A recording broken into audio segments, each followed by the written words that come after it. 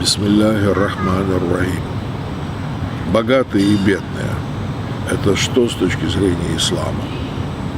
Мы знаем, что сатана приказывает людям бедность. Об этом нам сказал Всевышний в Святом Коране.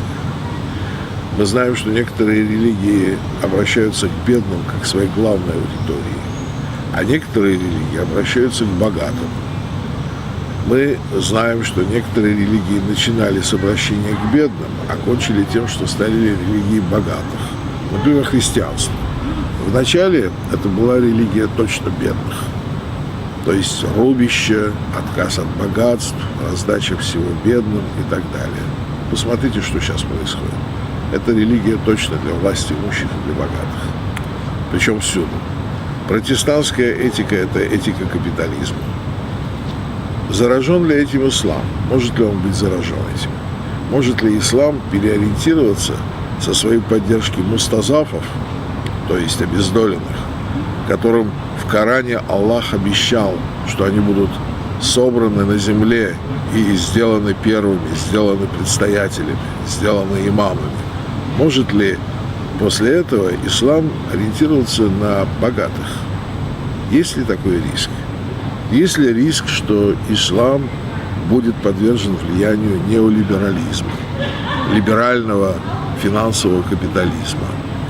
Да, к сожалению, такой риск есть, потому что некоторые мусульмане впадают в амиятский синдром.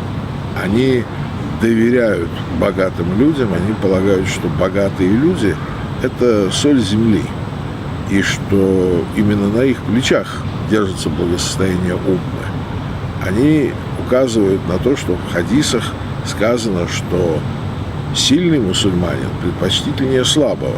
И говорят, конечно же, такие, как Хашимир Рафсанджани, или такие, как вот некоторые, Аднан Кашаги, например, в Саудовской Аравии, конечно, они предпочтительнее, чем какой-нибудь филлах или хамбал, который несет на плечах мешок, стаскивает его там с парохода, с грузовика, несет его как грузчик, там, чтобы загрузить его в какой-то амбар, получает какие-то медики за это, живет своей жалкой жизнью в каком-то там какой-то лачуге с 9 детьми. Конечно, Аднан Кашаги или Хашимир Рафсанджани, который еще к тому же и ахунд, и чалму имеет, конечно же, он предпочтительнее такого хамбала. Вот главный вопрос. Ислам за кого? За то, чтобы бедные были богатыми, за то, чтобы бедные были бедными, за то, чтобы богатые правили бедными, за то, чтобы богатые помогали бедным из своих излишков или из, там, скажем, избытка того, что у них есть. И кроме того, богатство – это тоже богатство рознь. Есть богатство, например, от ростовщичества. Ислам категорически против этого. И есть богатство, которое производится производительным трудом. Производительный промышленный капитализм, ориентированный на товарное производство. Ислам, конечно, поддерживает такой капитализм.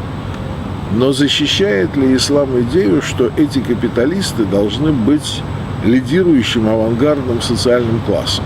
Нет. Ислам это не защищает. Почему? Потому что ислам поддерживает идею, что те, кто выходит жертвовать своей жизнью и имуществом на пути Аллаха, степенями выше тех, кто остается.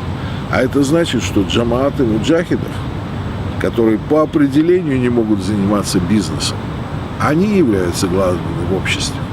А те, кто зарабатывают, те, кто создают богатство, капиталисты, которые, конечно, занимаются производительным трудом, необходимым обществу, они должны контролироваться этими джамаатами.